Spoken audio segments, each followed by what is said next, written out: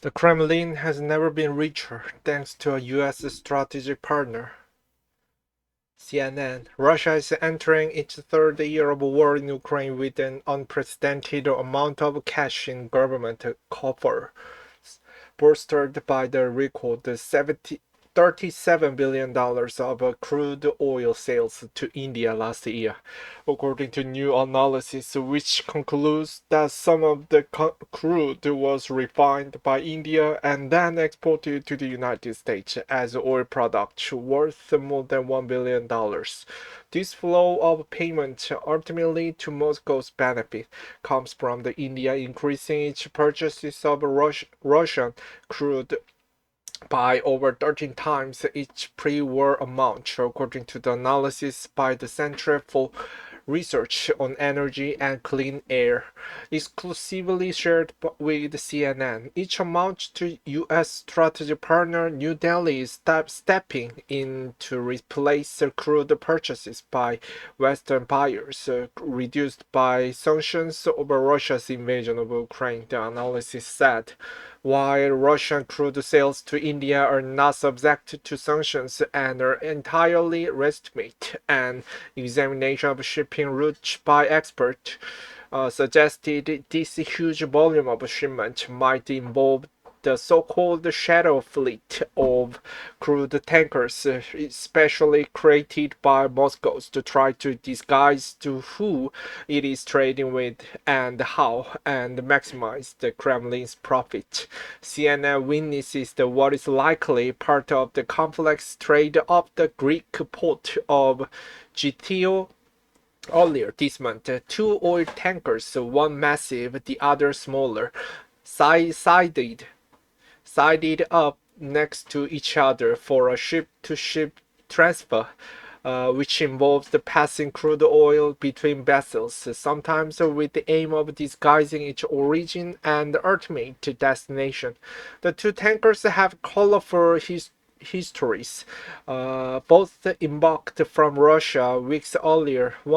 One is owned by the Indian-based company accused of involvement in sanctions violations, and the other was previously owned by the individual subject to separate U.S. sanctions, according to shipping monitoring firm Polestar Global. Transfers are sometimes done legally, but they are also used as the illicit tactic to evade the sanctions, said David Tenenbaum at Polestar Global. You're adding multiple layers to the shell game of vessels as they try and confuse the authorities as to where this oil is coming from and who's buying it at the end of the day. Dozens of similar transfers occur each week in the Lanconian Gulf of Greece, a convenient waypoint en route to the Suez Canal and the Asian market, analysts say.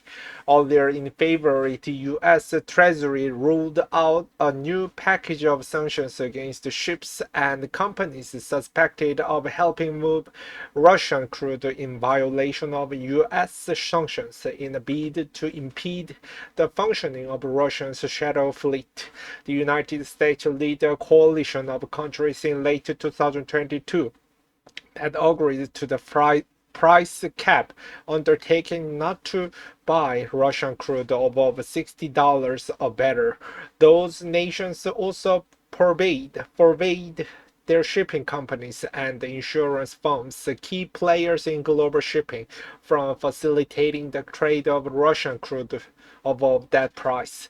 The price cap was the real trigger for the creation of the shadow fleet, said Victor Catona, head of crude oil analysis at trade research firm Kepler.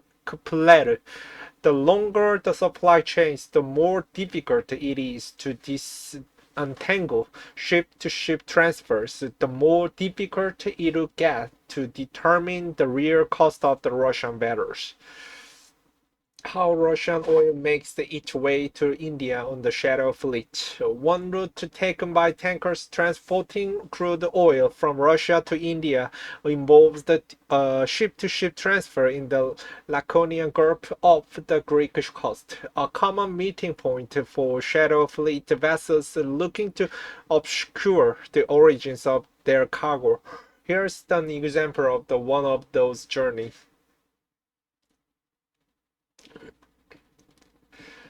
Some oil trade between Russia and India is open and direct. Windward, a maritime artificial intelligence company, analyzed the global shipping movement for CNN and detected 588 direct voyages by oil tankers from Russia to India last year. But some traffic between the two countries is more complex. As CNN witnessed up the Greek coast, Polestar Global examined the same route and found over 200 trips last year by ships from Russia that performed a transfer in the Laconian Gulf to another ship, which went to India. Tenenbaum at Polestar Global said the firm suspected that the primary motive for these transfers was to evade the sanctions, as almost all these vessels had a connection to the US or the European Union and would be subjected to the price cap. This bay is unclosed, it's out of the way, and so they can kind of do this actively anonymously. Amy Ami Daniel, CEO of Windward, made a similar assessment. That is part of the Russian methodical, systemic effort just to make everything much more complicated. He described the incentive for Russia and oil traders to circumvent sanctions as gigantic, saying you really needed to have a region to transfer 60 plus million barrels in the middle of the ocean and export them to India because it is much easier not to do that, to sail directly. The Shadow Fleet has enabled Russia to create a federal shipping structure that can weather the changing tactics and focus of Western sanctions with hundreds of tankers of opaque ownership. Using complex routes, Windward estimate that this fleet grew to 1,800 vessels last year. The net impact of India's crude purchases has been to weaken the pinch Russian President Vladimir Putin feels from oil sanctions. Russia's federal revenues ballooned to the record $320 billion in 2023 and are set to rise further still. Roughly a third of the money was spent on the war in Ukraine last year, according to some analysts, and the greater population still is set to finance the conflict in 2024. The funds at the Kremlin's disposal put Russia, Moscow in the better position to sustain the lengthy war than Kiev, which is struggling to maintain the desperately needed flow of the Western cash. According to analysis of public data from the Russian Finance Ministry by RAND economist Howard Schultz, Russian federal revenue and expenditure were both at an all-time high in 2023. Yet Moscow still didn't balance the books, he said, an indication of the war's sheer cost, but also of the hit to oil revenue from sanctions. Despite the jump in revenues, the federal budget deficit was at its third highest, larger only in 2022 and 2020, he said. Tax on domestic production and import are both high and effective, which means they are taxing their own population to pay for this war, he said. India has justified its purchase from Russia as the means of keeping global prices lower, as it's not competing with Western nations for Middle East oil. India's Minister of Petroleum and Natural Gas Hardeep Singh Puri told CNBC last week, if we start buying more of the Middle East oil, the oil price will not be at $75 or $76. It will be $150. India's complex role in global oil trade is also reflected in the fate of the oil product Russian crude is turned into. Some of the crude is refined into oil product at refineries in India's western coast and then exported to the US and other countries signed up to sanctions on Russian oil. Products refined outside of Russia are not covered by sanctions, an omission critics call the refinery loophole. The analysis by the CREA estimated the US was the biggest buyer of the refined product from India made from Russian crude last year, worth $1.3 billion between early December 2022, when the price cap was introduced, and the end of the 2023. The organization's estimates are based on the publicly available shipping and energy data. The value of these oil product exports rises significantly once the U.S. allies that are also imposing sanctions against Russia are included.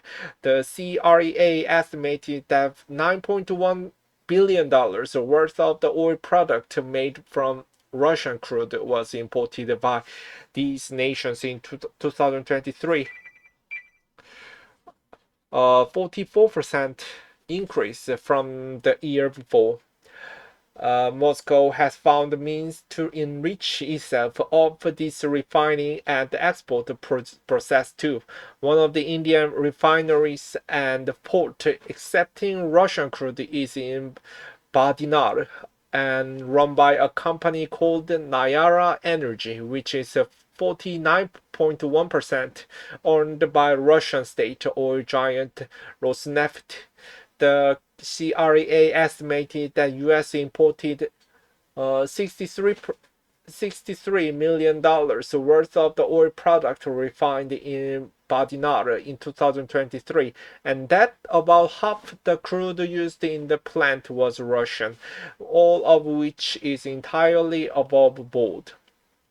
But the organization's report added that the export from Badinal lead to significant tax revenues for the Kremlin is the form of taxing the exported Russian crude oil and also via a profits made by Rosneft from the refining and resale to Moscow's western opponent. Still, analysts say the profits that can be made from even the smallest evasion of sanctions against Russia are vast because of the significant sums involved in trading a single oil tanker's cargo. Really, you're talking about something which is amazingly lucrative, said Daniel at Windward. The temptation to do that is absolutely huge for the traders. They could just make $10 to 40 million within 4 or 5 months. I'm not sure there are any other opportunity in the world to do that.